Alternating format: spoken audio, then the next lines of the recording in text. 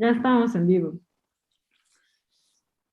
Muy buenas tardes, tengan todos y todas ustedes. Es un orgullo para la Facultad de Arquitectura de la UNAM recibir en este espacio virtual a dos colegas de la India, bueno, en realidad a un colega de la India que está de visita aquí con su esposa. Los dos fueron profesores en el Centro de Desarrollo y Planeación y Tecnología, en el famoso CEPT de Ahmedabad en la India. Y están aquí, bueno, está Miki Desai, que nos va a hablar sobre arquitectura tradicional en Kerala, en esta región de la India, donde hay una arquitectura fantástica. Va a hablar de arquitectura religiosa y secular en esa región. Él está aquí de visita con su esposa, también profesora de CEPT, del CEPT, bueno, esta famosa escuela que hizo Doshi a finales de los años 60. Y bueno, tanto Miki como Madhavi están pasando unos días en México, ahora mismo están en San Miguel de Allende, y vimos la oportunidad de invitarlos a dar esta plática. Invitamos a dos, bueno, un profesor y una alumna todavía de la Facultad de Arquitectura, a hacer los comentarios. Están Andrea, Nieto, que vivió allá en la India, ya nos contará un poco de eso. Y está Naoki Solano, investigador del Centro de Investigaciones en Arquitectura, Urbanismo y Paisaje de la facultad, especialista en temas de arquitectura sustentable. Y moderará esta charla Pablo Landa, que es el coordinador de bibliotecas y archivos de la facultad, a quien le dejo la palabra. Bueno, saludo también a Isaura González Godiner, nuestra secretaria académica, y le dejo la palabra a Pablo, que será el moderador de esta mesa. Y bueno, solo comentar que será en inglés, en atención a nuestros invitados. Adelante, Pablo. Muchas gracias, doctor del Cueto. Pues arrancamos y hacemos transición a inglés. No sé si la arquitecta Isaura también va a decir algo en estos momentos o más adelante. No, solamente darles la bienvenida. Thanks to Miki to be here. Y bueno, creo que va a ser una plática estupenda. Y pues nada más, bienvenidos todos, todas, y a escuchar la conversación que tenemos el día de hoy. Adelante, Pablo. Bueno, muy bien. So now we transition to English, so we can give the floor to Professor Miki Desai, who's visiting Mexico from India.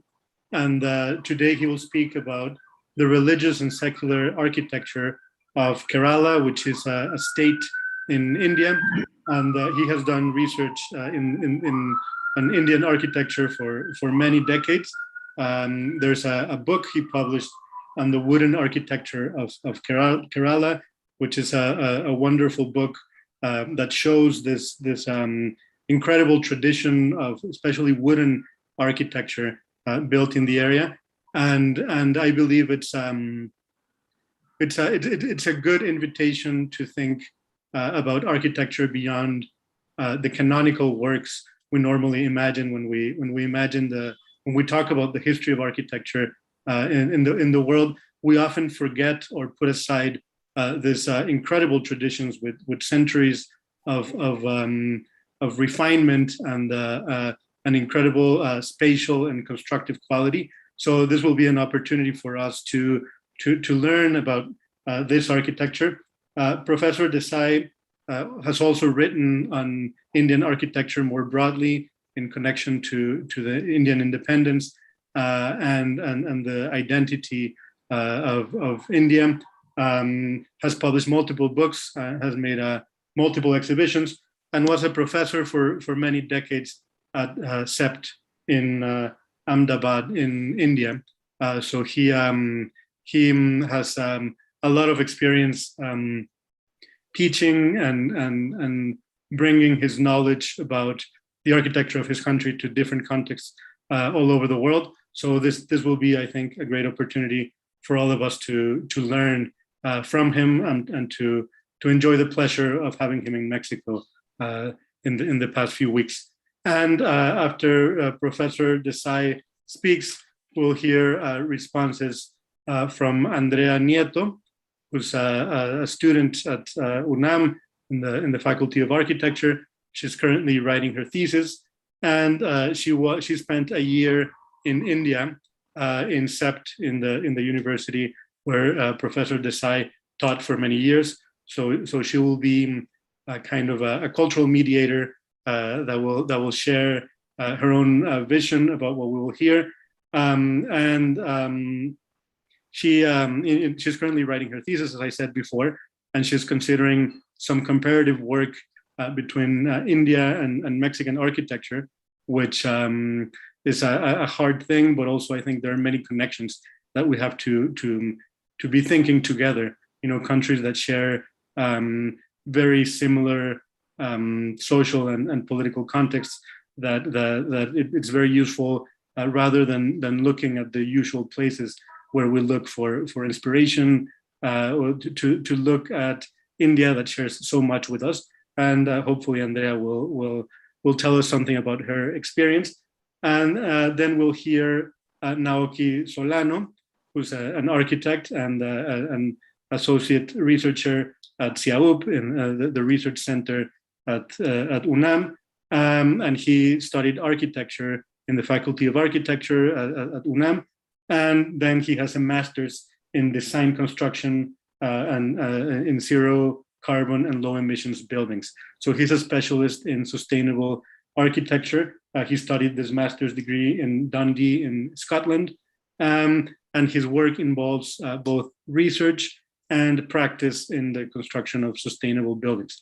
So that said, we'll give the floor to Professor Desai to speak about the religious and secular architecture of Kerala, India. Thank you, Pablo. Thank you very much. I'll speak for about 3-4 minutes and then we'll switch over to the presentation. There are 2 or 3 thoughts that I have in mind which I would like to carry the presentation. In all the interrelationships between space and architecture, environment and resources, society and architecture, and the whole human endeavor has been to sustain healthy living environment. This is one very important aspect of architecture and making of architecture. Ultimately, this leads to the meaning of work that is ever so crucial at this moment, meaning of work. And a very late 30s French philosopher has talked about this in detail, a meaning of work. What is it? What is work? After this, I'm going to say that today I'm going to talk about one of the regions of India, which stems from a very small anecdotal talk. If you ask an average American, what was the first material used to make architecture? He's going to say stone. But if you ask a Japanese, what was the first material from which architecture was made? He's going to say wood. And this debate about what is the first material is very important because one is talking about making in one way and the other one is talking about making in another way.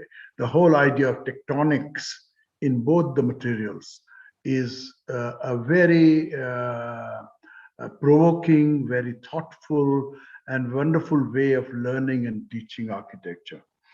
Today, I'm going to talk about one such architecture that is a genus by itself by first developing a context for it. So I'm going to develop a context in which this is happening.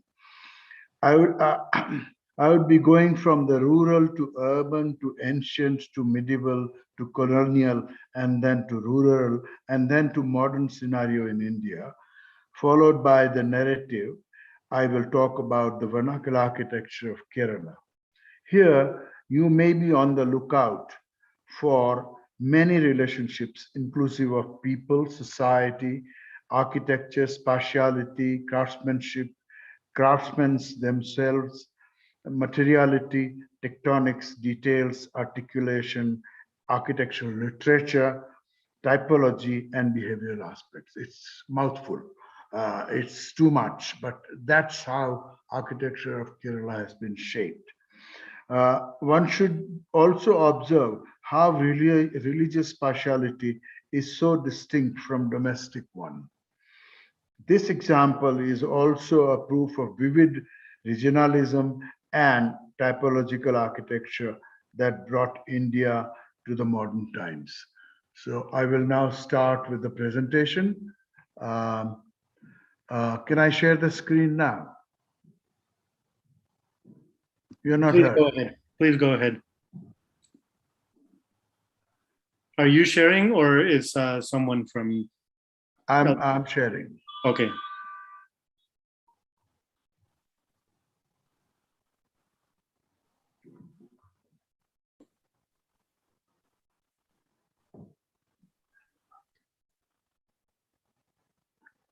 Oh.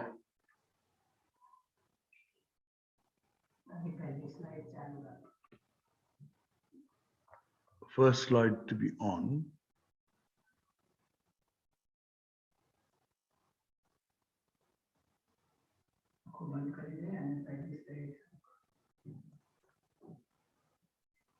Okay, so that's where we are. I want myself to be removed. Okay. Okay. So that's what I'm trying to do, and I'm essentially speaking, I have my 1 foot in vernacular architecture and 1 foot in modern architecture. And my vernacular architecture, as well as the architecture of bungalows, has been shaped by documentation. And this documentation has really shaped my ideas about many places. One of them is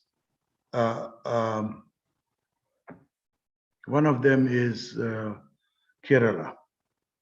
So how do I go further? Second slide. I'm sorry, but yeah. There you go. So actually, if you look at the latitudes, we are on similar grounds. And Kerala is right here beyond. Can you see my arrow? Yeah, Kerala is below here. I come from here, Ahmedabad and Gujarat, and I'm here right now. Important thing about India and the comparison is important because Indian population is in billion, whereas Mexican population is in million. And Indian area of India is almost 2.5 times Mexico. If you look at Gujarat and Ahmedabad, I come from here, and Kerala is here. So southernmost, longest state is here, and Kerala is here, starting from the shore and the beautiful beaches. One thing I would like you to note here is that 1, 2, 3, 4, and 5 are backwaters, which we will talk about later. A typical Indian scene, Indian village scene, is something like this, where at the end of the village there is a pond and there is a banyan tree or two or few. The the animals are resting and people have gathered, and that's the kind of typical scene of an Indian village. But when you start looking at it a little more carefully, go inside and start visiting the place, you start seeing the anthropological and ethnological aspect of people's life. And a lot of things that we see here are actually made by hand, which is the sole preoccupation of making environments. I have tried to make the captions in Spanish so that the meaning goes well. And to me, the whole idea of primordialness of things is very important. And it is this primordial that is more in percentage than the finished one that makes urban area. In saying this, the last right two slides are saying that we did not have the concept of truss. Truss was not an Indian origin. So we are seeing two roofs which are trying to make a shelter, and the third roof, which is a modern version of that roof. There is density is another very important issue. And when you see density, we are talking about, on your right, one slide which is showing you the density of a place which got a huge earthquake in 2001. On your left, there are typologies of house types of one region of Gujarat, and one village down below, which is shown its planning and different kind of people, different kind of neighborhoods staying together and making a village. If we go to the medieval times, then something else happens, and entirely, and this is something like, if we were to compare Mexican stone architecture with Indian stone architecture, what would happen? I will not go into details of these, but these are all from Gujarat. So this is one regional flavor of stone architecture in the pan-Indian architecture of the medieval period. Of 1724, there was a Jantar Mantar, or an observatory, that was made, which you can see.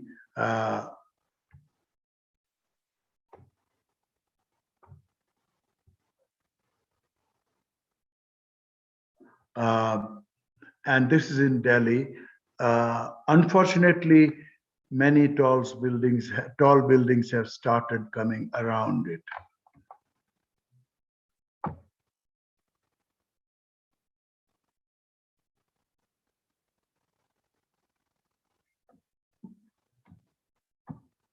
What happened?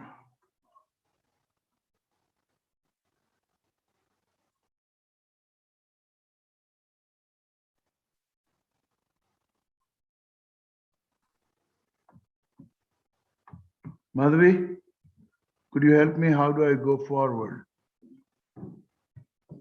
Next slide. This. Is this the next slide? Okay.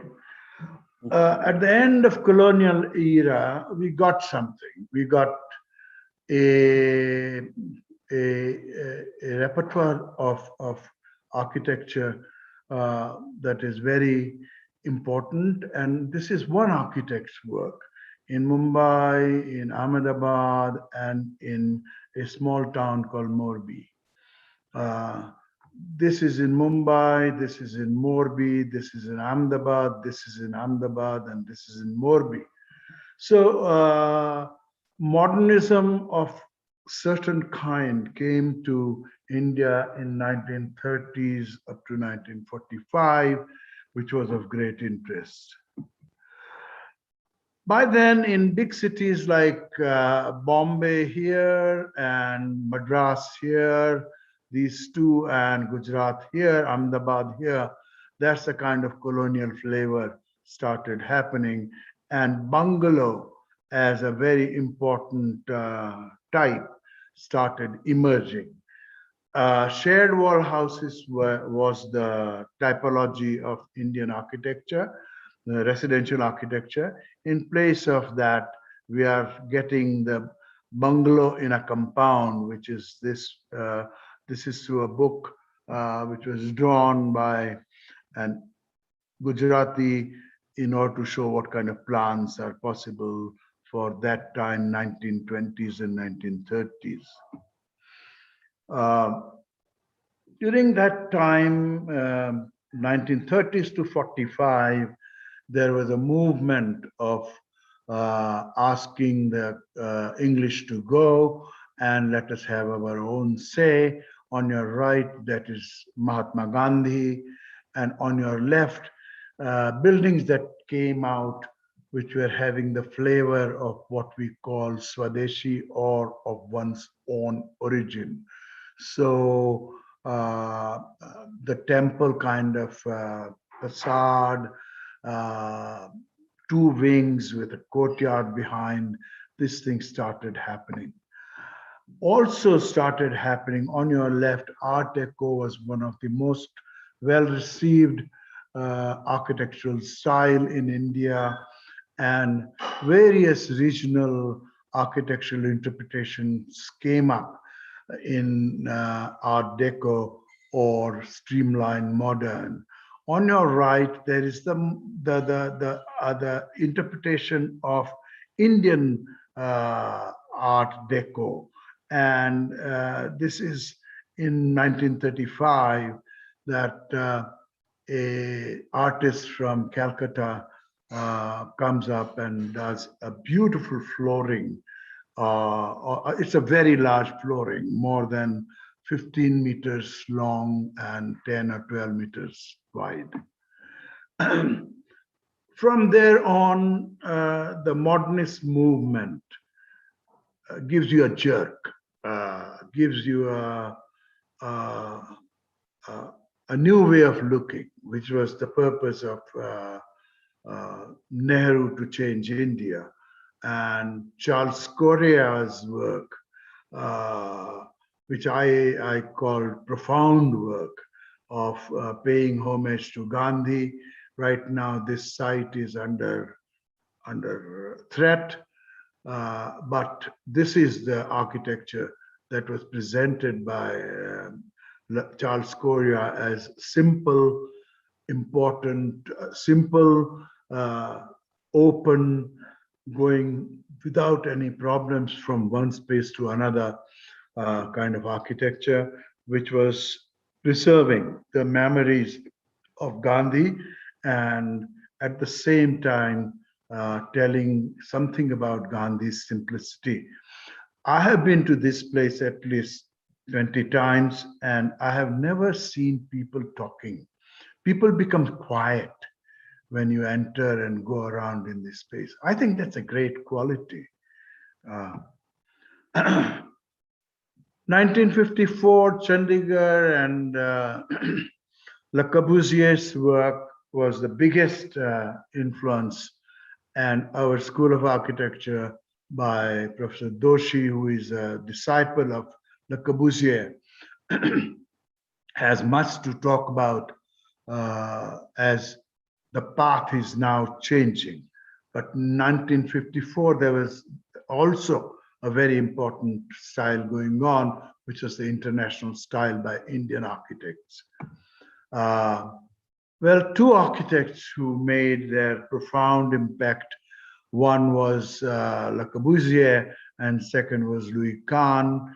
The Institute between 1962 and 1967, Indian Institute of Management, and Milloner's Building in 1954.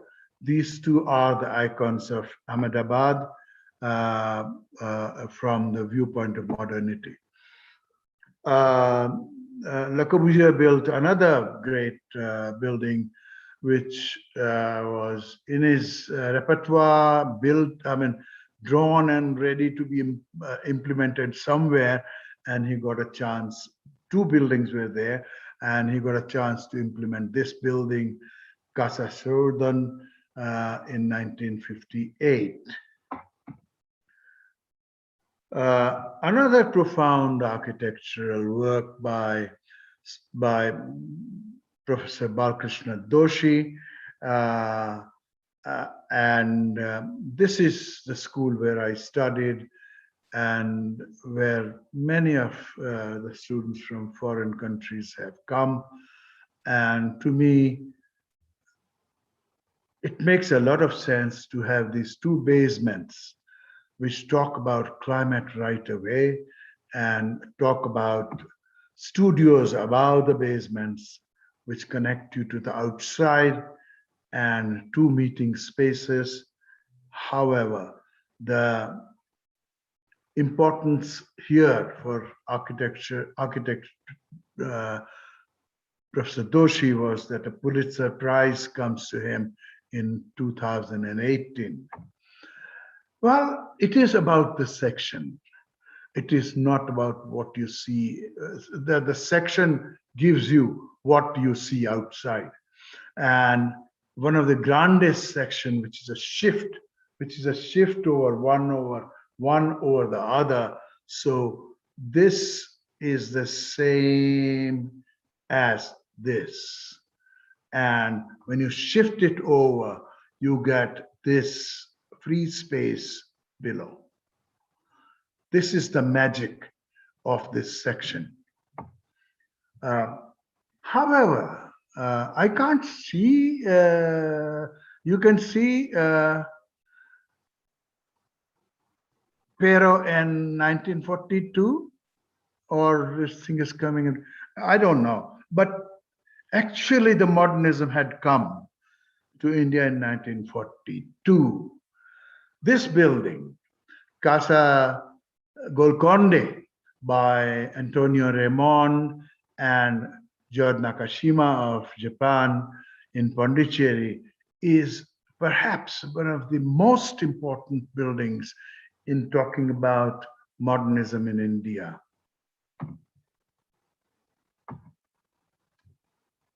This gets stuck.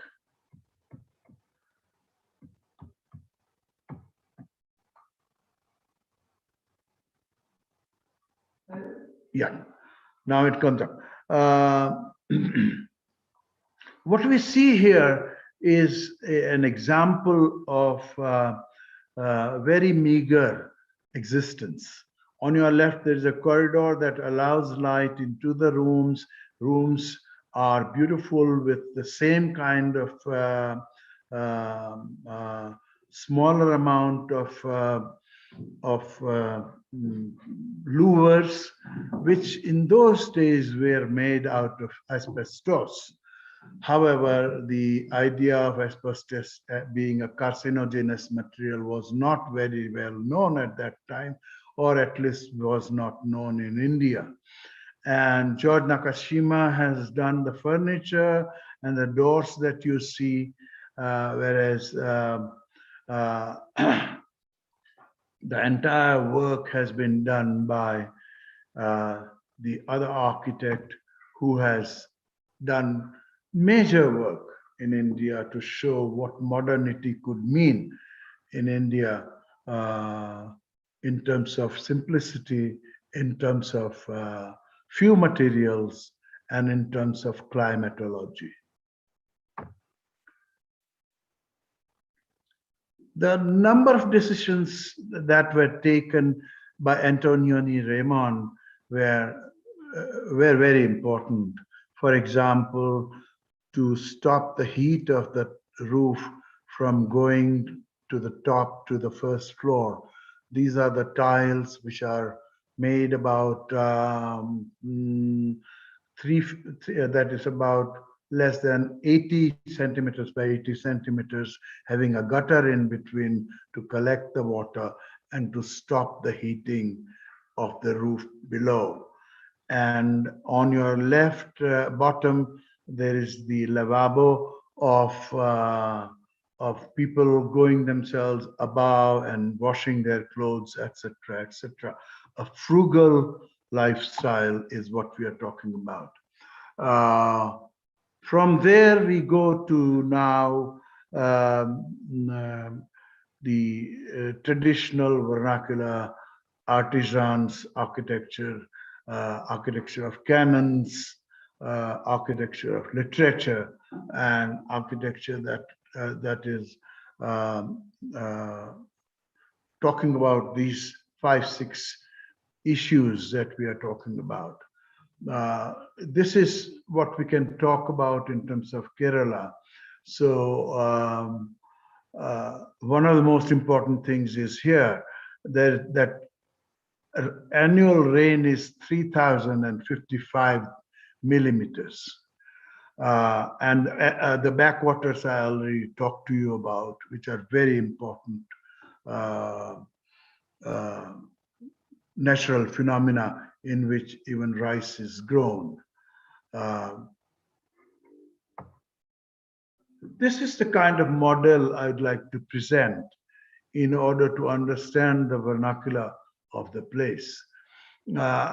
So there is residential architecture and there is religious architecture, and they are tied together by literature on architecture, canons of architecture, architectonics, language, and architectonic ideas.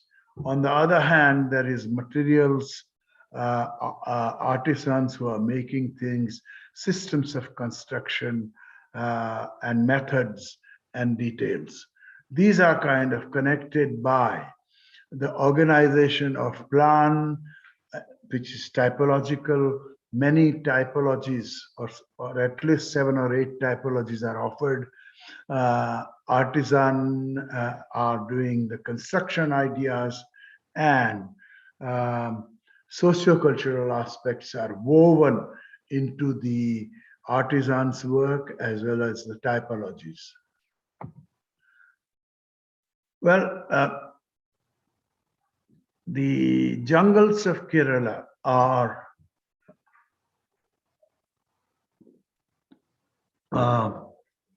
tell us why wooden architecture, why the prime material is wood, and these are the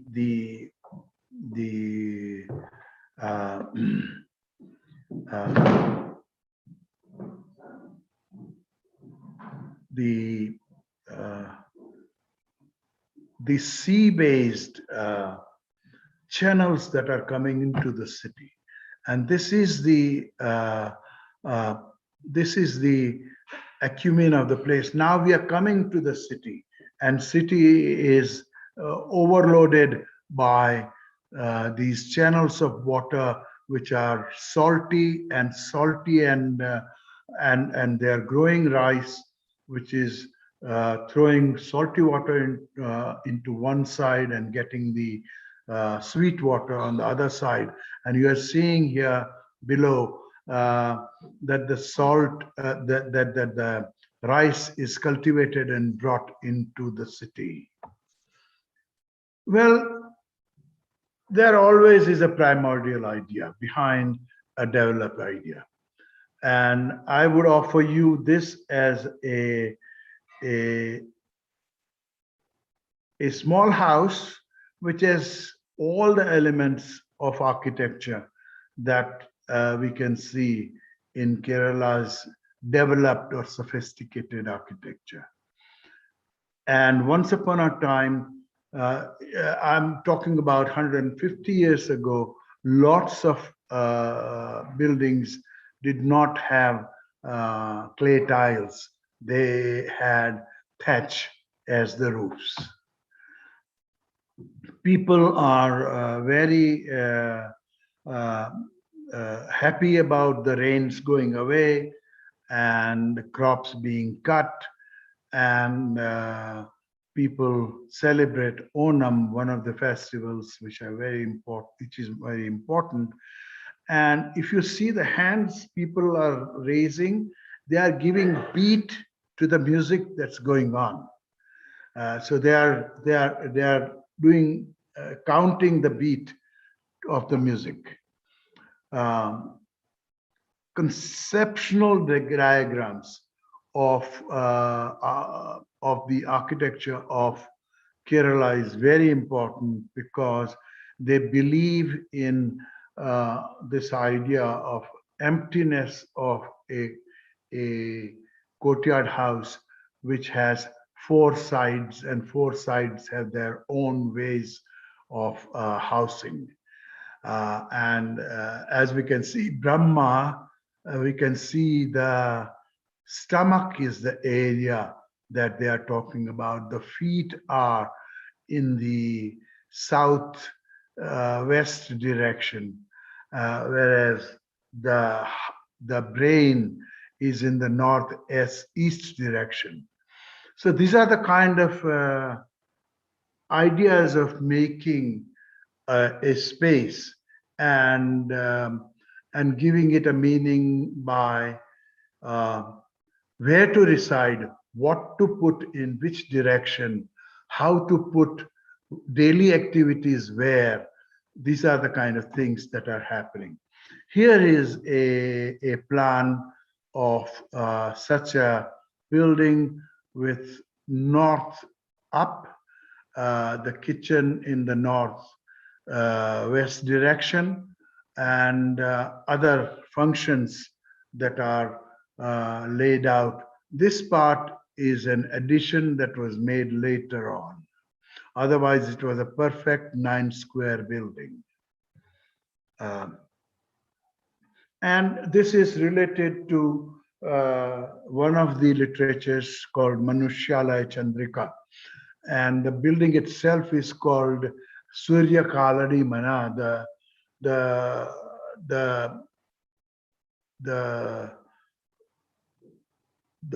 cart that takes you toward the sun.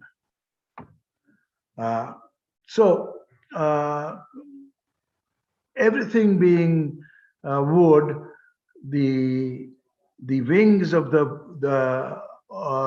4 wings of the house have a corridor that runs around them, and a courtyard that is enclosed by all these.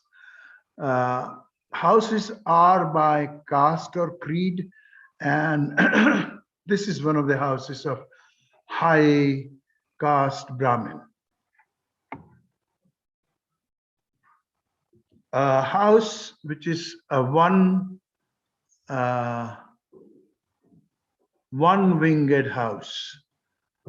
The reason for showing this house is that it has double roof, and it is under this double roof that important things are stored in a space called Ara.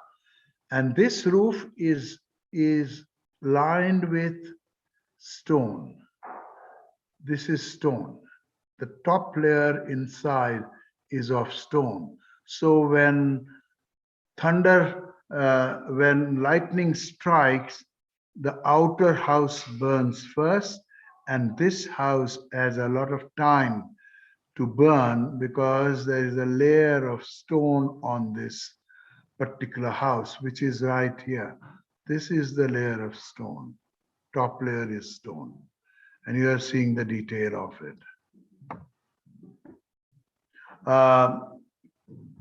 Veranda is very, very important for the hot, humid climate of Kerala. And the system of architecture remains constant, whether it's a poor man's house or a rich man's house, whether it's a one-wing house or 4-wing house. The wall that you see are the same. And here you are seeing again, this is the layer that shows that it has 2 roofs. This is one roof ending, this is the stone, and this is the second roof above the stone.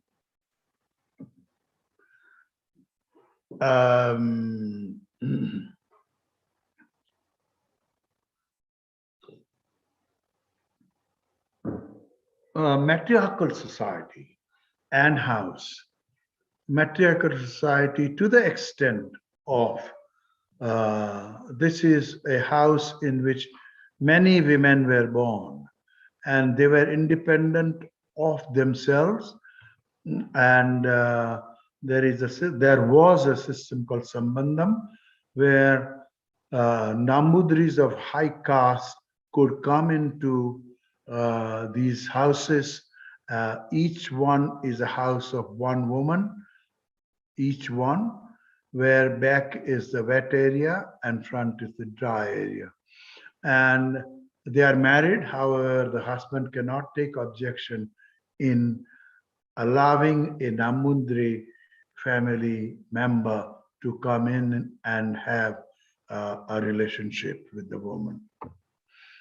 The whole idea is now abolished, and the houses of this nature are not built anymore. If one were to see the detail of the wall, this is the kind of detail that one sees. A house which is having a bathing pool, it's a house of a warrior family, but you may find it in the Namudris, the Nayars, and all the other communities.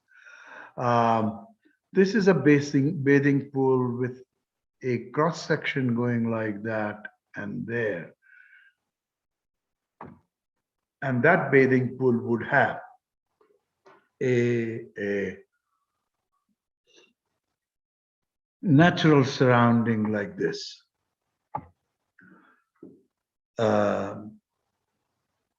Some of the object culture of Kerala is of great interest. These kind of locks would be found in most of the places, and its variations also would be found. However, this is a Christian house with a veranda on top, and something to notice here is this bench, where in hot, humid days, you can have a nap, and the wind would be coming from this broken angular plane, and which is called Charupadi. And interesting to me was that these are movable. These are movable panels which can be placed where you want to block the sun or the rain.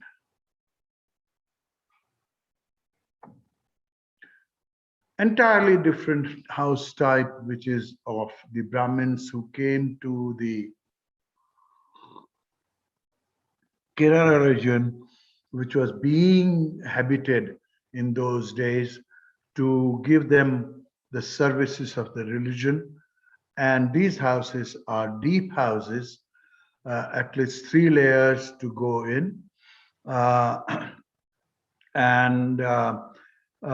These were wall-to-wall houses with a small courtyard. Sometimes 2 small courtyards would make a house, and walls would be shared. And 3 or 4 houses will share the house, the wall, and the sum total of these houses would be like this, with a large area in between. Please notice these windows above, these windows above. We'll talk about it later.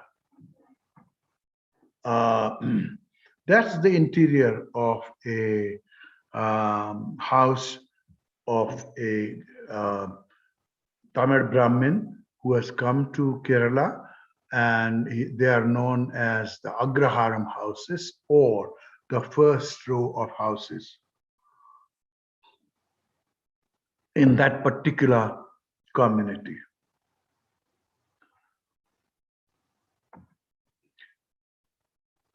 Now, talking about, I'd go very quickly back and show you that window. We are talking about this window again, but on the ground floor. If you see this portion here in plan, it is blown up here. And if you see this thing, it is opened out like this, and there is a man of the house or somebody can sleep here with breeze going over and keeping a lookout on the outside, and that becomes the veranda. That's the veranda here, and this is the beautiful space that is kind of made by one little platform that comes out. And these are the details of the kind of wooden architecture that happens. This is the window we are talking about. Above is Agraharam window, which you can open out and sleep. Below the same window.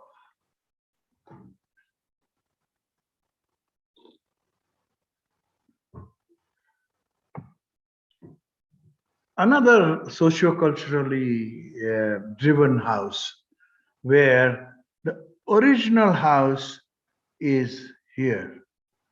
The original house starts from the veranda, goes out, stops here with the kitchen area, comes back again, and stops. That's the original house.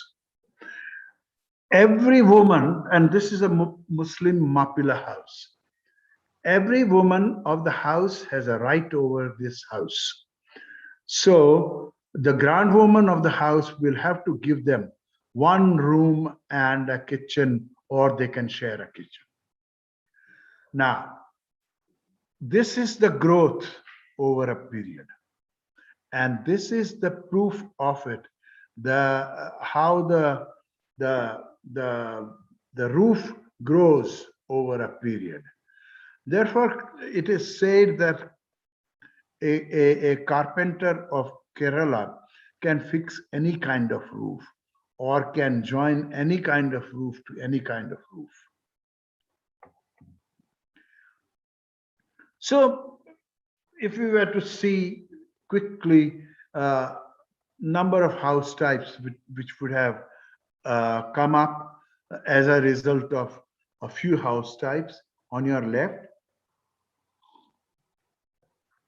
and an ethnologically important slide where various objects become part of it, and to see one little part of that particular slide.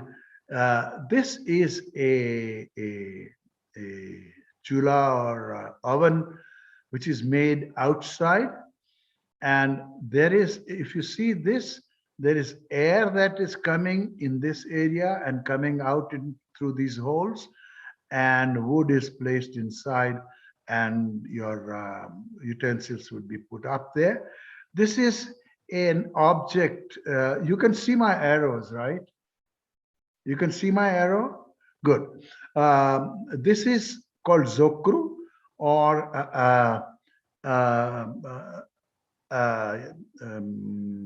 an object to catch fish.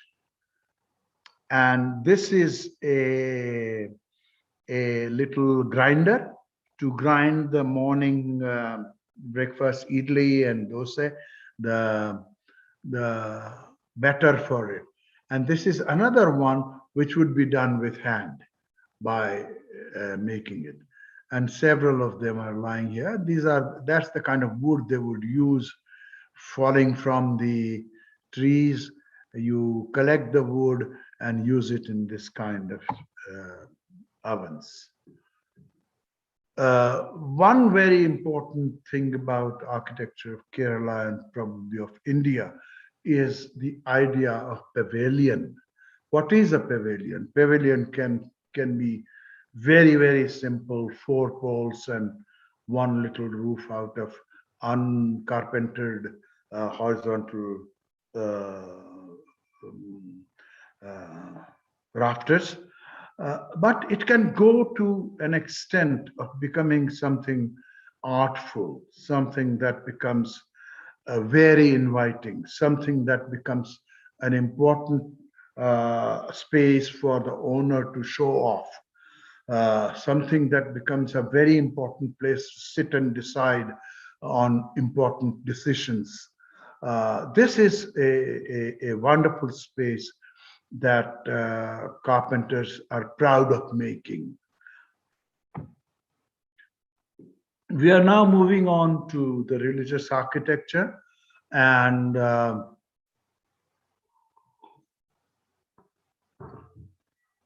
some or many temples have a bathing pool behind. This is a very unique, beautiful example where where we walk around like that, around the water, and come around like this. It's a huge walk, and we see and experience the building in a very complete way. Below is a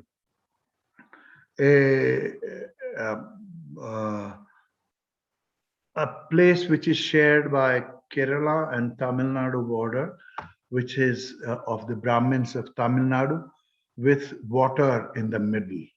So significance of water is very important, and something in the middle, some rocks kept as they are. These are the kind of ways in which the Kerala people react or respond to the natural elements. This is a model of a temple that we are going to see in detail, of which I had gotten a model made at 1:20 scale, which was about 12 feet by 8 feet. I'm sorry, I'm speaking in feet and inches, but we had sent this to Switzerland for exhibition, and mind you, Gujarati carpenters were making this model, and Gujarati carpenters came to know about everything that would be made in reality. They knew about it and they started talking about it. The discussion was so very important. So that's the complete model. Now we are going to see the temple in a village. So your way of coming in, and there is school here, and there is the village here, plots, and this is the temple. In front of the temple, a large space, and on your right, I have drawn the diagram of a ritual which originally had Balidan, which originally had sacrificial ideas during the puja. So the priest is sitting here, and these are the bowls of different kind of materials which are made red to represent blood. And there is a freshly made temple. This is a temple, that is a temple, and that temple is made out of one plant of banana. So, and all these people are dancing around because this place is famous for curing mental illnesses. And this is the ceremony for helping people to go through with the idea of mental illnesses. These are the people who are offering it, and there are the drummers who are drumming. These are the drummers who are drumming. So that there is a whole sound, architecture, visual beauty, etc., involved in that. One temple that I'm going to show you in more detail. 4 big gates in 4 directions. Main gate usually would be in east or west. In this particular case, the bathing area is here. The main temple is here. And so you pass through various things and come to the secluded courtyard, which is one of the finest feelings of being brought into something that you don't know, and you are in presence of something that is beautiful. I'm not terribly religious a person, but in this kind of spaces, I start finding some meaning of being secluded and getting connected to spiritual aspects of life. So people would move outside first, visiting different deities, and these ones, A, B, C, D, E, F, G, H, the alphabet, these things are stones on the ground, which I'll show you in a while. So the visitation is complete by visiting the outside and inside and going way up to the temple. You are never allowed in the temple itself. Only the Nambudri or the high priest who owns the temple, or a very high priest, very important high priest, would be allowed inside. I drew my drawing by giving the measuring tape and a paper to the priest, who is actually was masters in languages and was masters in becoming a priest. He couldn't have gotten the priesthood without passing those exams. So he spoke fluent English and fluent 3 other languages: Tamil, Malayalam, and Andhra. So he helped me in counting the number of columns, size of the column, etc., etc. So A, B, C, D, E, F, G are the alphabets, are some things which are on the ground. Numbers are the number of structures. And you come inside, so that I'm showing you now this area, looking at something from here.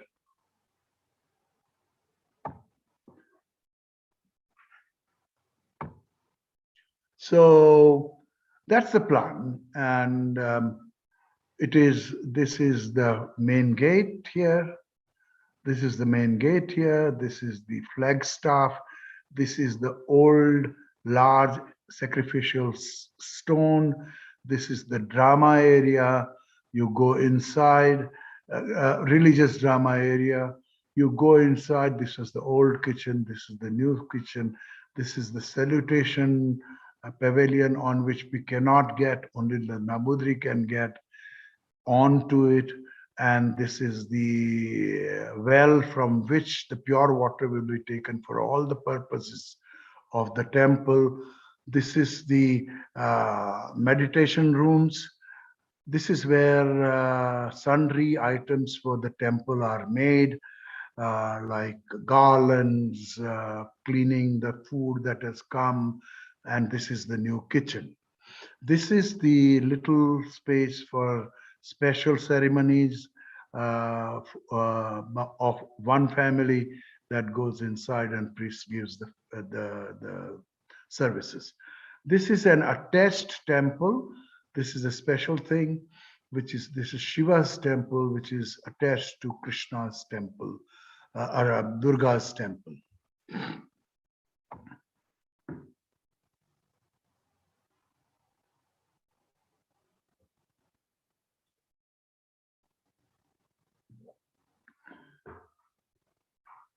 So that's the principal bellicle.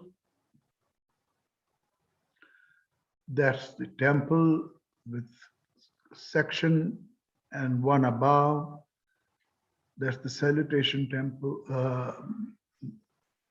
pavilion.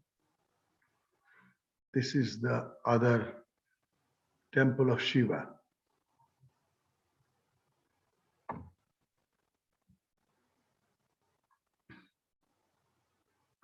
All these drawings are handmade.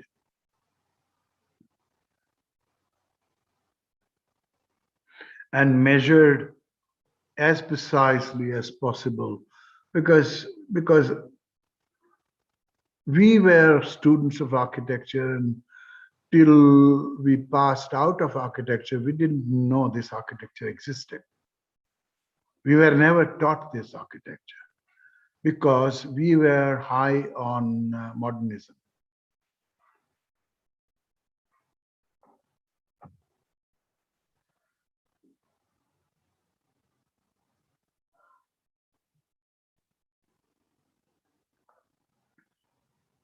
As you can see, the numbers or alphabets everywhere. There.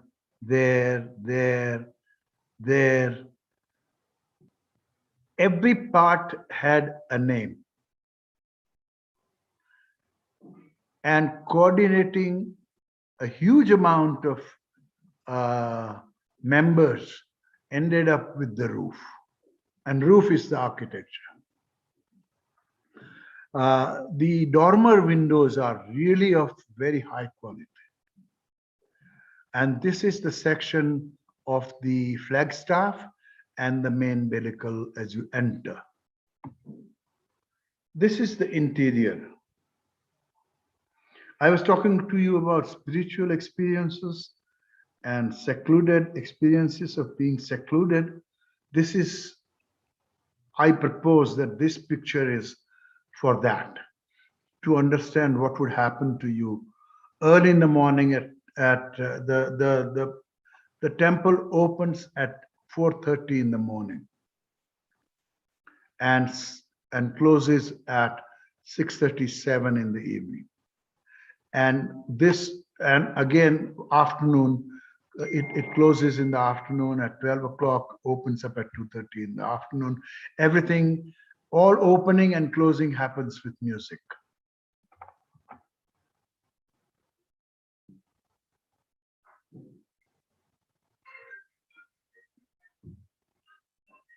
So I said, how does it really come up? What happens? What is the tectonics of it? What is the coordination required? I'm not going to talk about the geometry of the place because there is a huge geometrical aspect of this place. But however, when you see tectonics, you must draw these aspects. And this is what the priest helped me with. I couldn't go inside. Priest drew a diagram, which was beautiful diagram, and he measured distance between two pillars, wooden pillars. So the whole idea of building inside the building, building inside a building. When Le Corbusier's High Court happened in India, there was a big hoo-ha about building inside the building. But none of my professors had seen Kerala, had seen the whole idea of building inside the building. And by now I have shown you 2 buildings inside the buildings.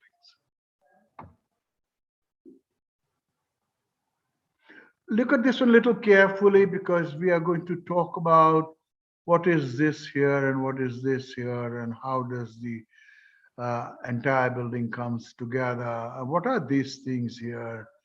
Will come very soon. And what is this here? This is the holy water going out,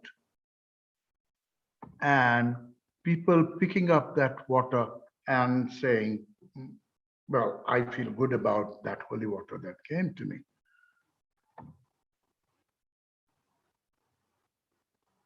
So these are, as you know, as you could have guessed, these are the computer drawings. But then I'd like to ask my students, if you use a computer, really make a good drawing, which will speak up, which will entice you into going about things, which will entice you into asking questions. So this is all about relationship, relationship of big to small, one inside to outside. There are so many relationships, one which is below to above. These are the kind of architectonic relationships that have been set into it. And then suddenly we see that there is a space here, which is loaded with meaning, loaded with one outside colonnade, 4 columns that are holding the roofs, and then there are 4 and 4 and 4 and 4, 16 columns holding the roof, 16 minus 4, sorry, 12 columns holding the roof.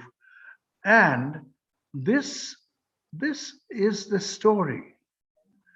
This is where the story of a particular religious descent would be told in carved images. So if you are down there, you can read the stories, say of Ramayana or Bhagavad Gita or whatever.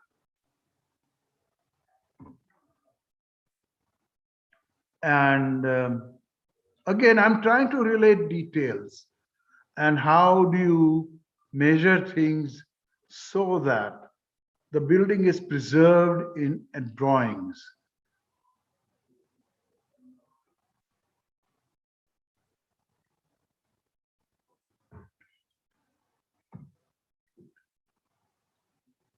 And then we see that it is typological.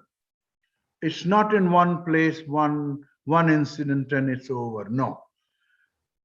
This type is Kerala type. Small and large temples of Kerala type and neighboring country, Karnataka, southern part of Karnataka, you'll find this type. And 2 issues here. What is used in the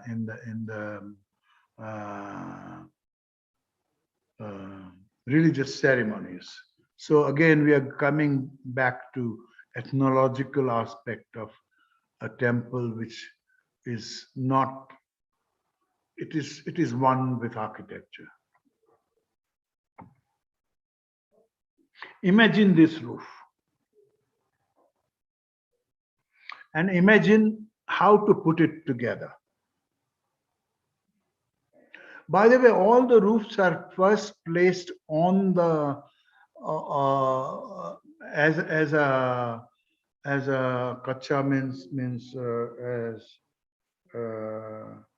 like a model. They are first constructed on the ground, and then they are taken to the actual place. If you see this roof and its ties, the way they are going into each other, it's quite a puzzle. And that's what we are talking about in terms of woodwork, in terms of the literature that gave woodwork. In the literature, there is one woodwork which is called Vyagramukh, means like the mouth of a tiger. That joint is like the mouth of a tiger. That means the joint is like this. The joint is like this. And this joint will never come out. So like this, all the joints are described. And suddenly you see that I'm quick on it, but I must show you this because we are seeing this part. We are seeing this part. We are seeing this part now.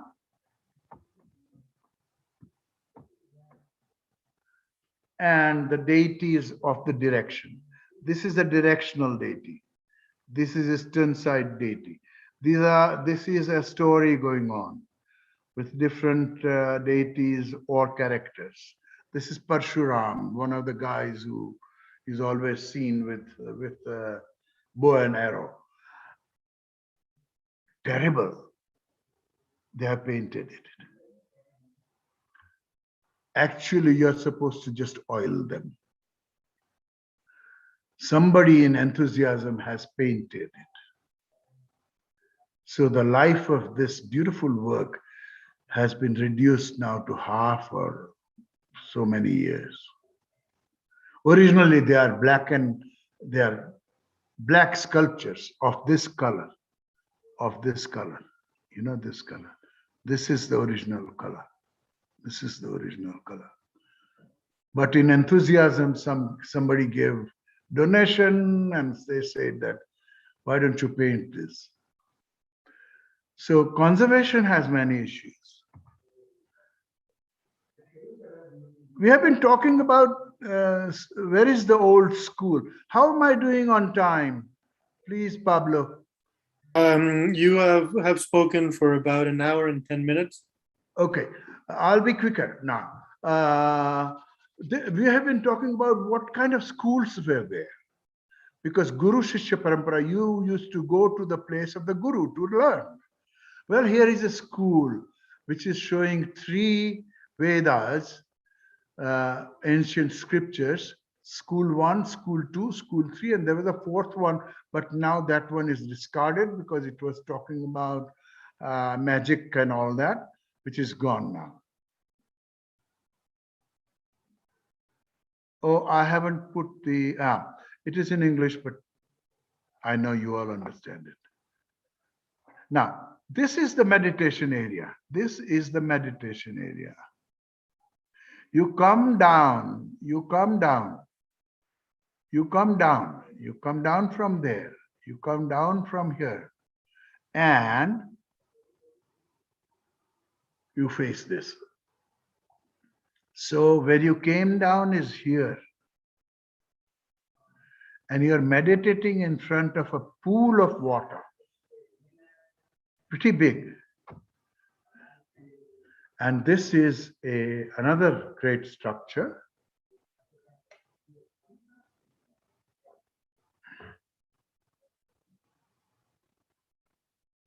Which is a roof which would require time to discuss, but really a fine exercise in making a large roof. And that large roof would look like this from inside, and its periphery has planes, this is called Charupadi, and this roof is called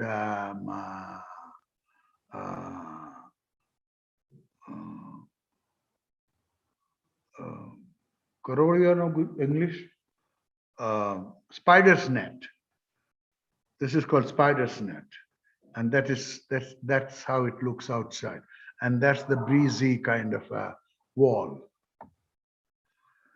A beautiful detail of a door. You can dismantle the whole door, and you can put it down, put it back. This is what goes down, and there is a hole in the ground with stone. So that's the pivot. And this is a different kind of pivot. This pivot can be taken out to repair. A Muslim religious place, mosque, with above area being used for different purposes, various purposes, a school, resting, prayers, everything. And taking off from the Kerala's architectural thinking, makers of them are again the Hindu craftsmen who are making it, but the whole idiom has changed and new kind of architecture has come up. All the mosques have a place to call the devout to prayer. Here, the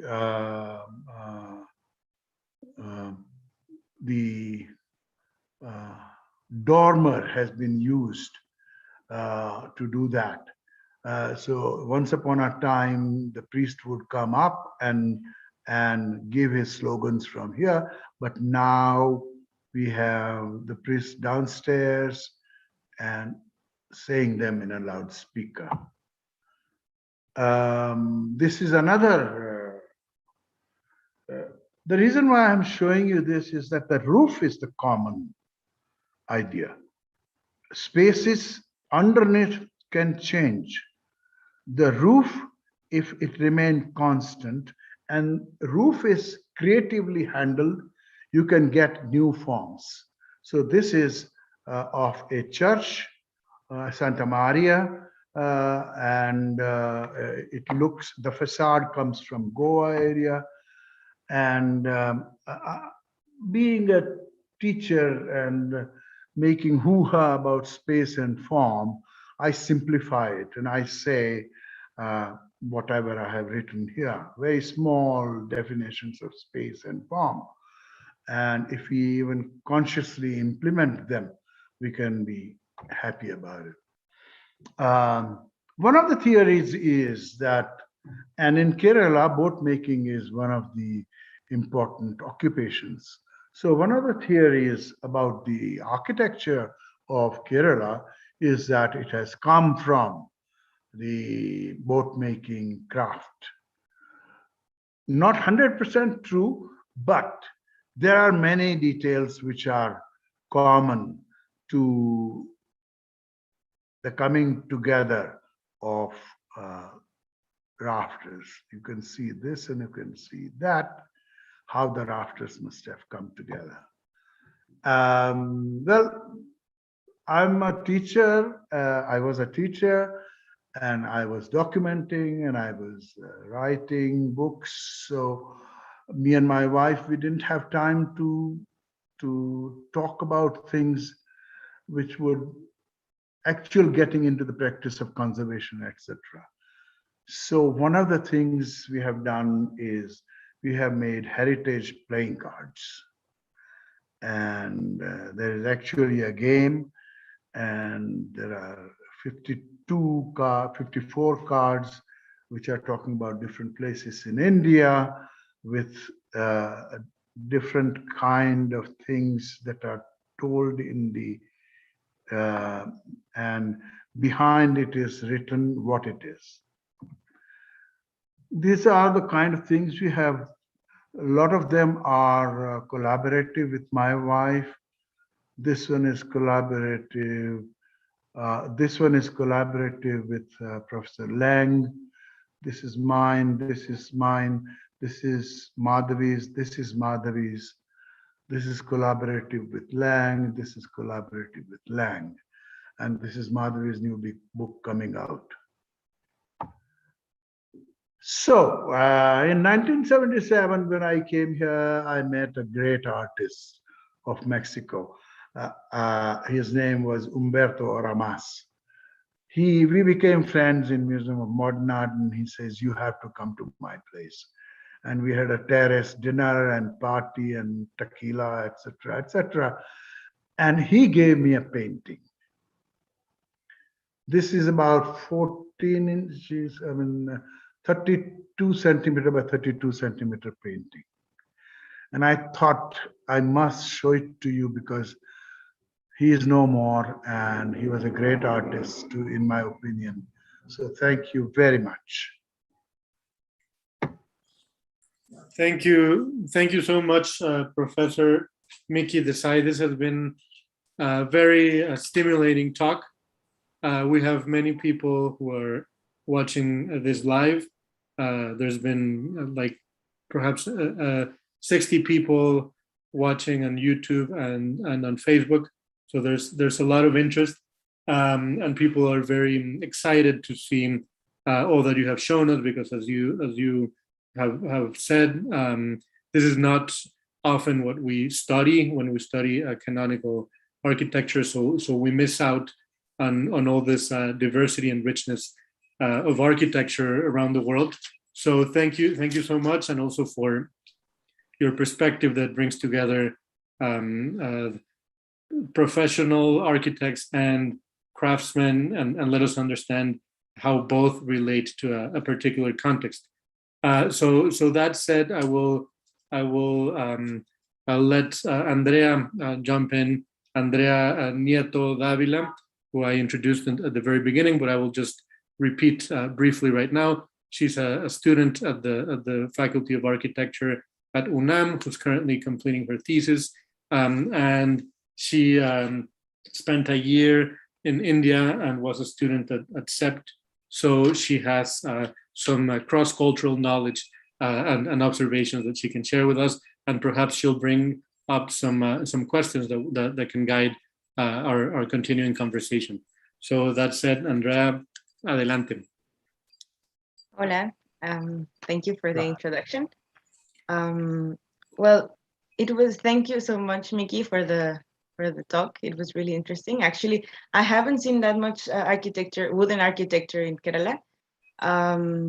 But I've seen like I will start from the beginning. When you start with different kinds of architecture through the years, it caught my attention that you're talking about colonial architecture, and you have a very different way of thinking of colonial architecture than we do. No, you have the British and the Portuguese, and I don't know which others, and we have mostly from Spain. No, but everything it does has a lot of impact on throughout the architecture that we have in the years. And it is interesting that it's mostly that kind of architecture that is being taught to us, like historic architecture. So when we're talking of like native kinds of ways of building in our countries, I can see a lot of similarities between the architecture in India and the one in Mexico. Recently, I was in Yucatan, in Mayan territory, and I saw these houses. We call them Mayan. The Mayas are like, we don't call them Mayan houses, we just call them houses. And they are very similar to some that you showed in Kerala. So why I'm saying that is because you were the heads of masters in sustainable architecture. And I think when we're talking about sustainability and the traditional architecture, we can see that there's a very close link. And mostly when we talk about sustainability in modern architecture, we talk completely from a different perspective. So I think it's really interesting that we link this traditional sustainability and these kind of technologies that are developed with the tradition, with the ideology, with the religion and everything, and how it is important that we preserve that kind of this kind of characteristics. And then we can talk about modern architecture and technologies and all these things. But this about this closeness, how near the sustainability and the beliefs that are in the traditions, I think it's really important that we talk about that. And yeah, thanks for sharing this knowledge. It's a very nice question, and actually, in my first sentence, I had talked about what can hand do. That's where the answer is. However, which material does come to your mind when it is the first industrial material that we are using?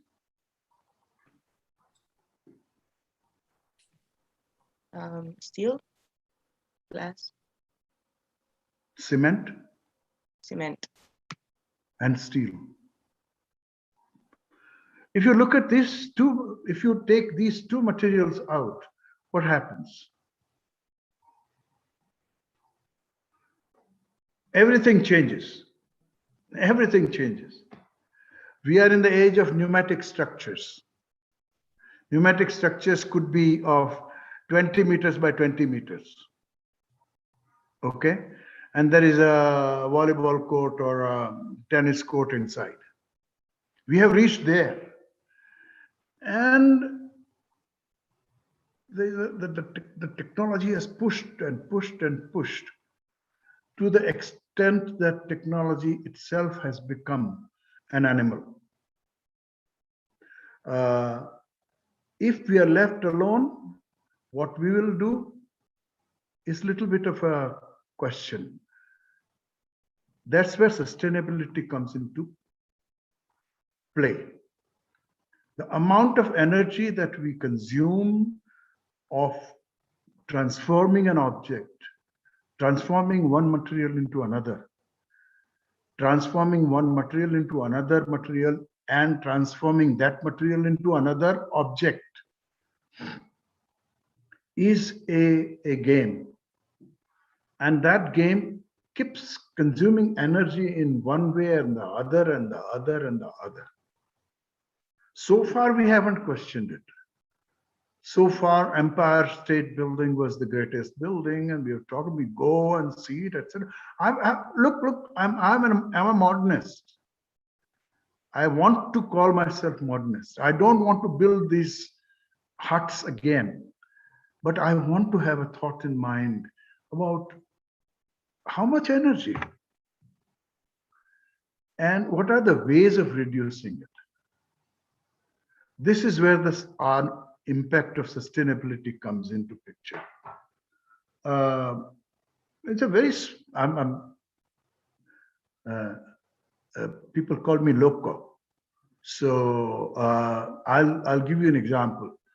Supposing this was the cup which was to be shared by 5 of us. As soon as I drink like this,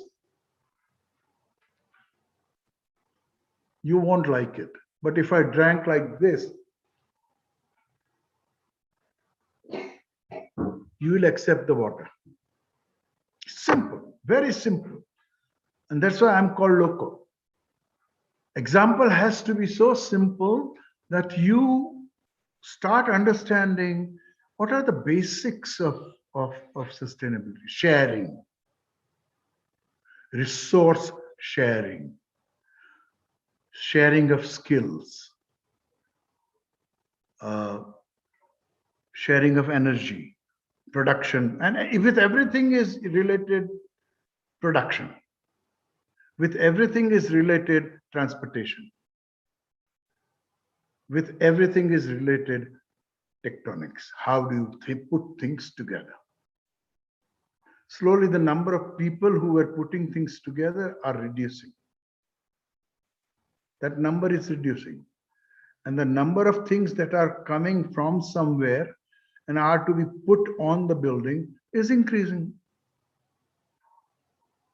How much energy was used in order to do that? Who made the profit? How the profit was distributed? So that would be, somewhere here is my answer. And I'm not saying we have to go back to the caves. I'm saying the time has come when we'll have to be sensible. Okay, so next question, please. I hope I've answered it. So perhaps we can now have Naoki, who's a specialist on sustainable architecture, share his impressions as well. Oh my God, there was a specialist here. I didn't know that. Yes, I had read about you. Thank you, Pablo. And thanks, Miki. It was an amazing lecture you just gave. I remembered a lot my grandma's clay brick house in Guerrero, Mexico, and I remember the roof. I remember the roof and the rafters were in one way and in another, and everything made like a thick structure that didn't let water to come in. So I remember all that with your presentation. But well, talking back to it, most of my intervention comments will address the issues of sustainability and use of wood as a low carbon sustainable material. And well, that's like the most interesting part of it. Let me start talking about timber as an organic and hygroscopic material that captures carbon from the atmosphere and locks it within its cellular structure. It's absolutely amazing. During the first growth, carbon storage starts to increase as the tree starts to grow. Then we have the harvesting and the processing of the material, and at which point the carbon capture stops. However, the carbon already stored is still in there over the whole period of use of the timber product, in this case, a building. This carbon will be stored within the cellular structure of timber until its decay or either combustion happens, at which point we would have again carbon emissions closing the carbon cycle. So that's why, well, the use of timber, I really think it's going to be a lot of benefits in it if we could rescue it. Mexico once had, a long time ago, many constructions with wood and timber, and that doesn't happen anymore, unfortunately. We have replaced them with high embodied energy materials such as steel and glass and concrete, and unfortunately many traditions have been lost. But well, talking about Kerala, as you have mentioned throughout your presentation, well, we have not only timber, we have also different stones such as laterite, we have mud, we have palm thatch, we have all of them are ultra low energy materials. And furthermore, they are considered carbon sinks. So I'm not, well, I have to declare that I'm not an expert in Kerala's architecture. Actually, it's quite new to me to know everything about it today. But I think it's really, really impressive. So I would like to ask you, well, how do you see these materials evolving as they are they still used in Kerala? Are they people are still having that tradition? Do they have these hierarchies still among the craftsmen? And well, that's pretty much about how I want to start all this conversation. Very good question, because I didn't talk about laterite and I didn't talk about palm thatch. Palm thatch is nearly gone, but all poor houses, which we would call huts, which won't follow the dictums of Vastu Shastra, the books of architecture, would be thatched. The question, the most important thing is laterite. Laterite is one of the main materials that has been used in making walls of interior walls. Could be wood. Exterior walls could be laterite. That is happening. And the beauty about laterite is they start digging it in a certain way, in a concentric way. They take it out in a concentric way while making bricks themselves. And the bricks are of size 30 centimeters by 17, 18, 20 centimeters, and thickness would be, say, about 12 centimeters. So they cut the bricks out and make a little pond, which is stepping down. So what you get in the end is a pond, which I have seen in many, many places. In Kerala, if you are lucky, you can get water at the depth of, in the plains, at the depth of, if you are unlucky, you're going to get water at the depth of 1 meter. If you are very lucky, you may get water at 1.5. And where there is laterite, that problem is not there. So that material becomes very available. So what they do is, but there are on slopes, etc. So they make this, say, you can imagine a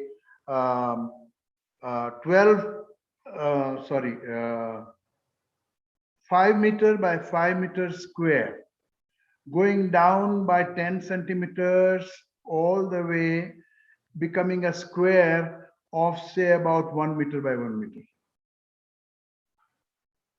That becomes a pool then. That's where the water will collect.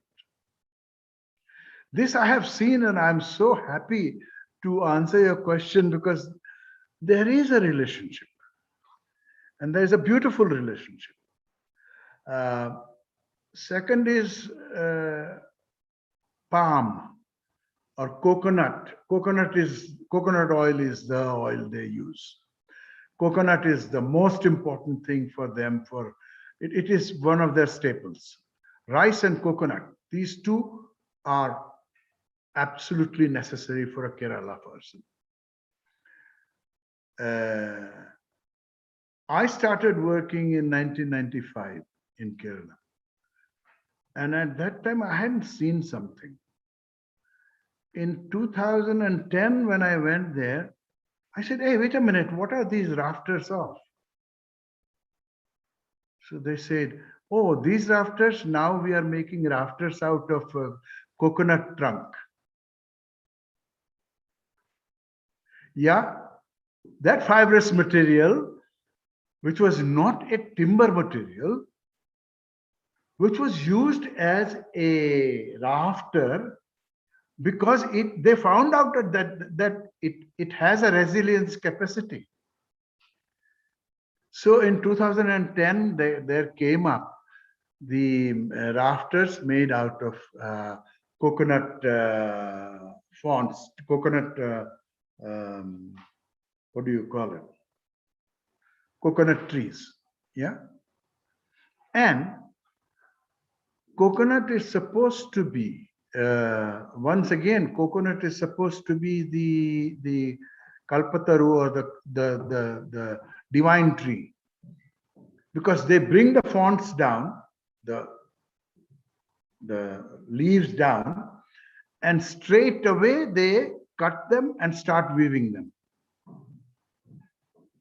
And a lot of mats are made that way. And then they cut off the end part. Now this is, oh my God, I mean, a leaf that was that big, that was a meter wide and became 6 centimeters here at the end, is used to produce an object. And man is involved in it, woman is involved in it. So the energy is very different kind.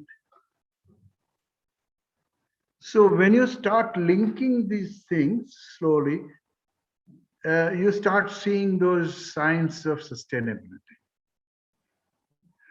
But I am sorry, the money from Dubai has come.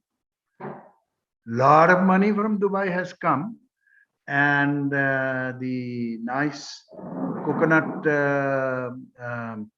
rugs that were available, coconut farm font rugs that were available, are exactly made the same by the factories in green color and red and blue.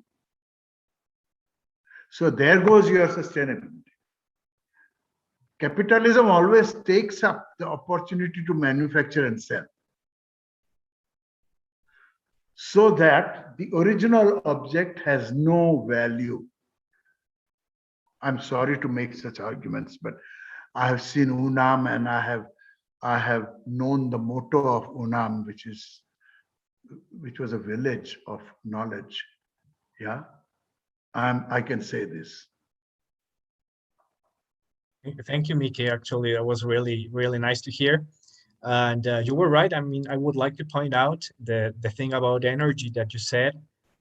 I think that we have to rethink about energy in architecture, because, well, in the past, people used to do things actually with their own hands and with their own force, and their fuel was food, and they worked and they made architecture.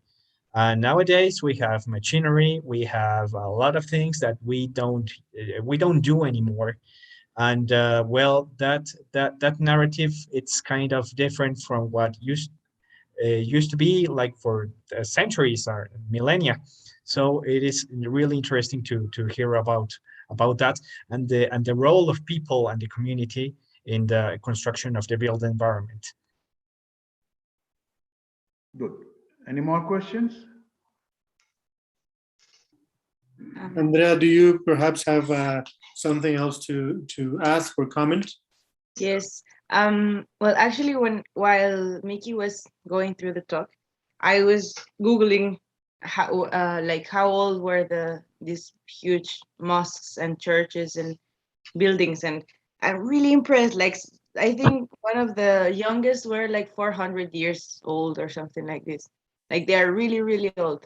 And they all, like, the few that I found that have more information in the internet, I found that there were like really linked to some myths or stories and things like this, no?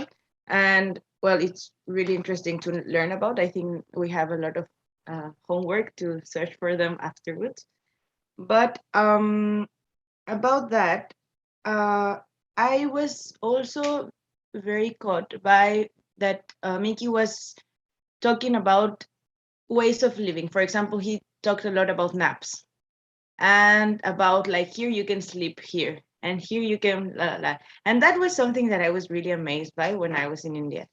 There are a lot of spaces where you can sleep comfortably and that nobody will like have any problem with you, or nobody will look at you like, oh, you are lazy or blah blah. And that's something that says a lot about the way of living, because it's not that they don't work or they don't whatever. It's just like they have a different culture on sleeping, and because of that, then they will have more surfaces to sleep in, for example. And I think that about the naps, but about festivals too. I think one of the things that we know more about India is that they have a lot of festivals. And when I got to see most of the modern buildings in India, I saw that they had no space for festivals.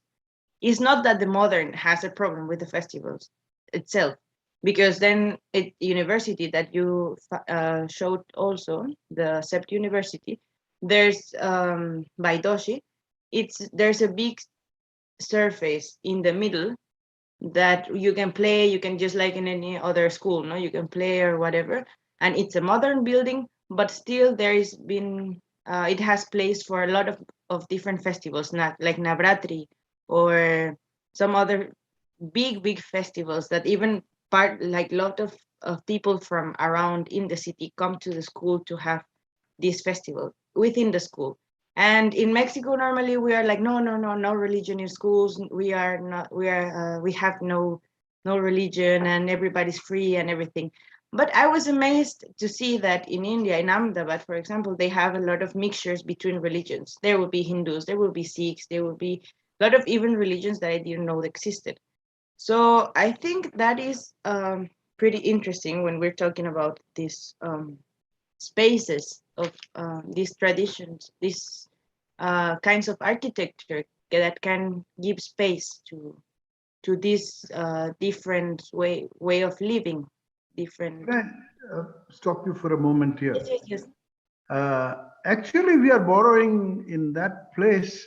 It looks, as you explain it, it looks as though we have borrowed a Mexican concept, because we were looking at, Alessandro was explaining to me, it is not the architecture as object, but the space between the object that is important. And I think that's a fantastic thing. The space could become as wide as a meter and a half, and space can become 50 meters by 50 meters. All spaces have that character and beauty. If you have done it properly, then they will be used. So that concept of, and Alessandro brought it to my notice very beautifully, is that for us, it's, yes, object is fine, but what happens between the objects? That's important. And therefore, the CEPT is a unique place where that area has been formed by that and I don't want to call it a plaza. No, it's not a plaza. You know, it's a space, you know. I don't want to name it. You can do volleyball there, you can play cricket there, you can play garba there, you can do whatever you want, you know.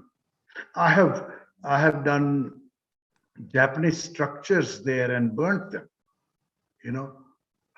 Japanese structures that were 5 meters in diameter and 6 meters tall, made out of hay. And people had come because there was a conference going on. And I said, we are not going to give you any entertainment. On the last day, you will all stand there and something will happen. And we burnt a structure, you know. Beautifully made structure, because people were seeing it for 2-3 days.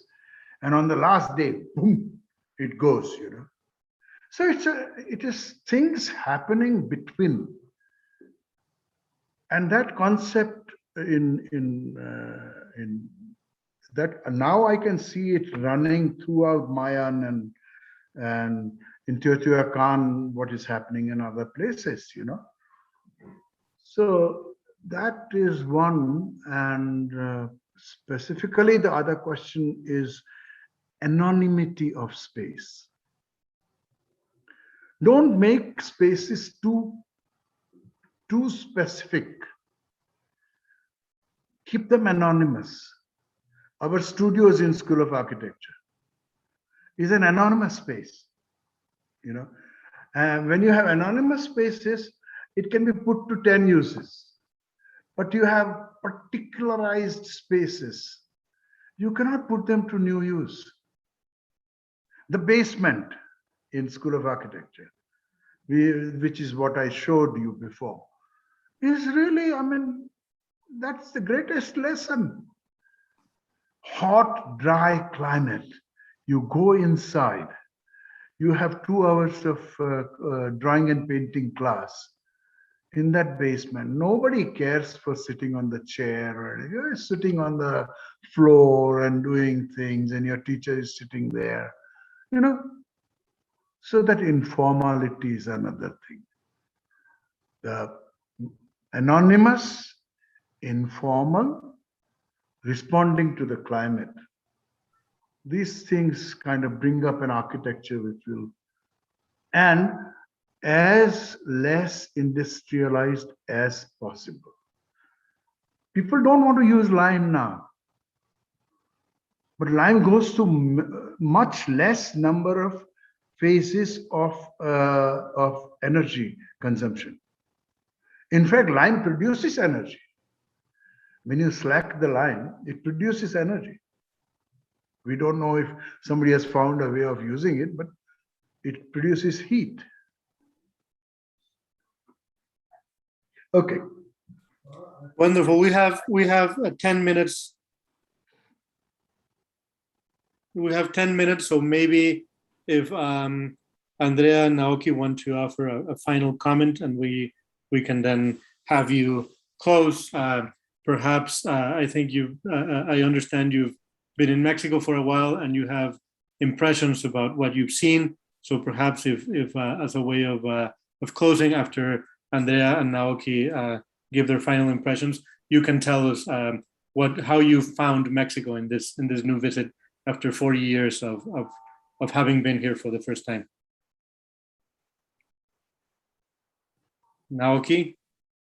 Thank you. Of course, I'm going to be giving my final remarks on the talk and everything that we have been discussing here.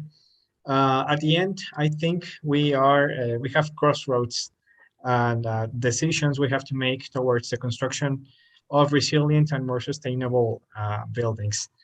As shown today, Kerala's wooden architecture included sort of prefabrication practices. By assembling, I imagine that you would need to assemble roofs on the ground and then disassembling everything and then reassembling everything in its final position.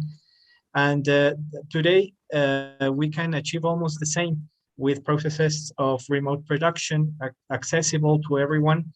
And what I want to say is that there is room for traditional expressions in new ways of producing built environments.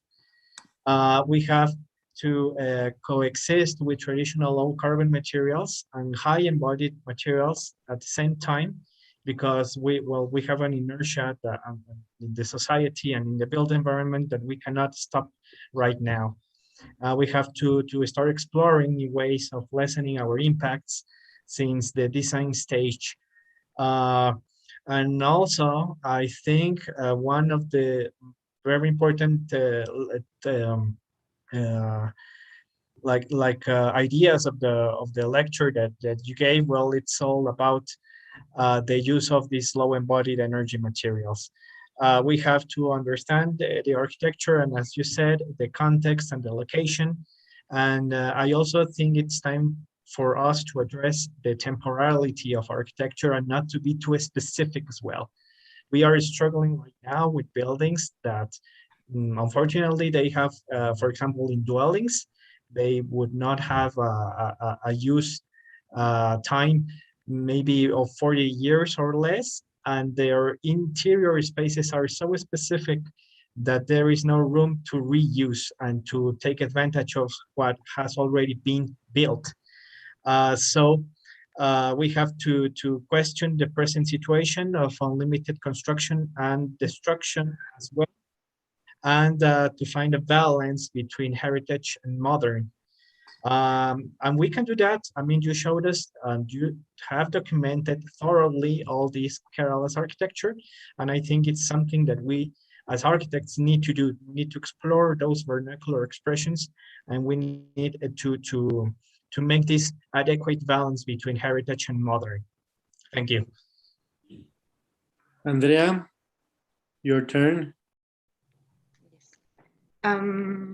Yes, I think that, like Naoki said about this coexisting with like, I think we have to learn more about that in university, but not only with environment. Like, for example, what something that I was really surprised. I was in class I had a lecture with a professor that is called Sachin Soni, and we had to make a metro station. And when I was designing, he asked me, where are the cows going through? And what happens with the monkeys? Like the lamps, they will be destroyed by the monkeys. And things like this that we never think about in Mexico. Of course, here now in most of Mexico, there are no monkeys left, or we don't have elephants, or we don't have cows on the streets. But we do have a lot of dogs. We do have a lot of kind of birds. And I think that is something that we should take into account when we are designing. Of course, we have to coexist with traditions, with different methods of building. And I think also about that you made some playing cards with Madabi. Those are really good ideas, because sometimes we just get caught into formalities, like we have to do these conferences and we have to do these things that are very elitist. But when you start like getting these kind of objects like playing cards, or I don't know, any other ideas, you get to other kind of people that maybe they don't study architecture, or they don't study sustainability or whatever. And I think those kind of things are really valuable. And just to close, well, I don't know Madavi, but I saw that one of the books that you showed, it was about gender. I'm really interested on knowing about that. I hope that she maybe one day comes back and tell us about that, because that's something that we've been talking a lot in the Faculty of Architecture. And well, just congratulations for all the work, and thank you for contacting UNAM on your visit to Mexico. That would be from my side. Thank you very much, Andrea, Naoki. Now, Professor Miki Desai, if you can offer us some final thoughts before we close the session. I will just respond more. So, monkeys. On the terrace of our apartments, there are families of monkeys staying. They don't have a place to go to. Early in the morning, you're sitting in the balcony and there is a peacock couple of peacocks are going across. They don't have a place to go to. This is what we have done to the other people. So I will, and monkeys on my compound wall, and monkeys want to eat the garbage that we have thrown away. But monkeys. So we have to think about, in the overall scheme, we have to think about others. And monkeys are others, peacocks are others. For the sake of, I mean, in a far made manner. Most important is, if you dig a hole to get stone, that hole is going to remain a hole. So quarrying is okay, but quarries will remain quarries. Quarries are not going to be filled up again with stone. Wood is different. Wood is most regenerative material. So there again, Naoki's argument about what kind of things, I think the ultimate answer may be lying in wood. We have to become wise to use different woods and grow proper woods. That's one of the things all the countries in the world must be doing yesterday. And there's no question about it. Second one was, do you know what was, I'm sure you know, I'm sorry to, what was F.L. Wright's first toy? Frank Lloyd Wright's first toy. Oh, the Froebel blocks. Exactly. Blocks. It's a material. I mean, it was a wooden material. Can you imagine Lego blocks? Him playing with Lego blocks and come up with the kind of buildings that are happening? No, he came up with these buildings because he played with wooden blocks. Do you know what was his first building? The Larkin building? A dog house. He made a dog house. That was his first project. So he looked at the scale. Understand, he looked at the scale. For a dog, I can't do anything else but this. So there are many lessons with many wonderful people. And I believe that our search, we'll have to have more and more Naokis and others who will talk about these things and spread the word that going tall is no big deal. You are going tall because you have desire to earn more. I'm sorry to be like this, but it is not architecture, but somehow we need to talk. We need to talk. Society needs to talk today. Glass is, you receive the energy, you become hot, and therefore you have air conditioners. We have to get away from certain practices. And glass is as old a material as a brick is. No, brick is much older, sorry. Because I can talk about brick in a very different manner. Because one of the things about Indian philosophy and rituals is that you should be able to make a place for yagya or a place for offering fire with 4 bricks, 8 bricks, 16 bricks, 32 bricks, 64 bricks without breaking a single brick. Professor Miki Desai, thank you so much for this wonderful conversation. On behalf of Dr. Juan Ignacio del Cueto and the Faculty of Architecture at UNAM, we thank you so much for this talk. There's been a lot of interest, so hopefully we can continue this conversation, and we will continue a relationship with you and Medavi. So hopefully this is the start of a long, fruitful conversation between India and Mexico. Thank you so much for your talk today. Thank you very much. That conversation between India and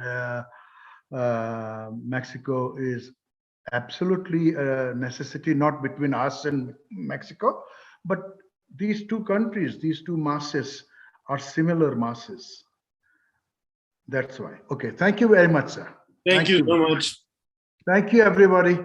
Thank you so Thank much. you. Pleasure.